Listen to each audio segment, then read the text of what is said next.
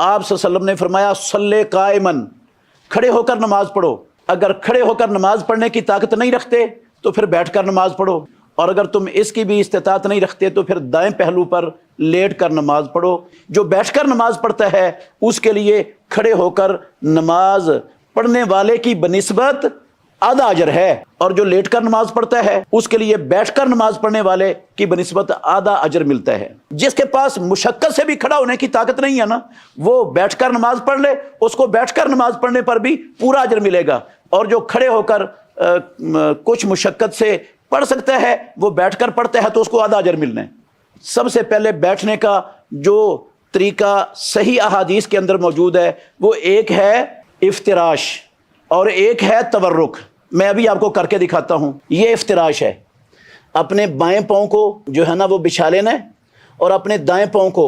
انگلیاں اس کی قبلے کی طرف اور زمین پر اس کا اگلا حصہ گاڑ کر بائیں پاؤں کے اوپر بیٹھ جانا ہے، یہ افتراش۔ اور اگر اس طرح بھی کسی مریض کے لیے بیٹھنا ممکن نہیں ہے، یہ بھی اس کے لیے شدید تکلیف کا باعث ہے، تو پھر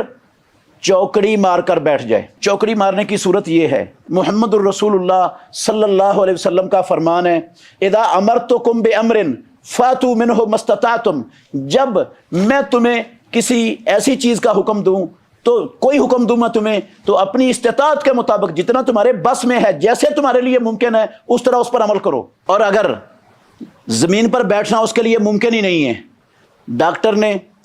اسے کہا ہے، اس کے گھٹنوں کا مسئلہ ہے مثال کے طور پر، ڈاکٹر نے کہا ہے کہ آپ کے گھٹنے 90 کے زاویے پر رہیں، ان کو بینڈ نہیں ہونے دینا، تو اب جب گھٹنے اس نے 90 کے زاویے پر رکھنے ہیں اور ان کو بینڈ کرنا ہی ممکن نہیں ہے اس کے لیے، تو پھر وہ کرسی پر ہی بیٹھے گا۔ تو کرسی پر بیٹھ جائے، پھر وہ یہ سٹیپ ہے کرسی پر بیٹھ کر مریض آدمی کے لیے نماز پڑھنے کا، تب بیٹھنا ہے کرسی پر زمین کو چھوڑ کر جب زمین پر بیٹھنے کی کوئی صورت اس کے بس میں، اس کی استطاعت میں نہ ہو، تو پھر یہ صورت ہے کرسی پر بیٹھنے کی۔ اس کا یہ آگے کھڑا ہونا ایک شرعی اور جائز مجبوری ہے، جس مجبوری کی بنا پر یہ آگے کھڑا ہوا ہے، یہ کوئی شوق سے کھڑا نہیں ہوا۔ اور شریعت کا یہ اصول ہے، الضرورات تبیح المحظورات، جو مجبوریاں ہوتی ہیں نا وہ محظور چیزوں کو مباح کر دیتی ہیں، یہ شریعت کا اصول ہے مسلمہ۔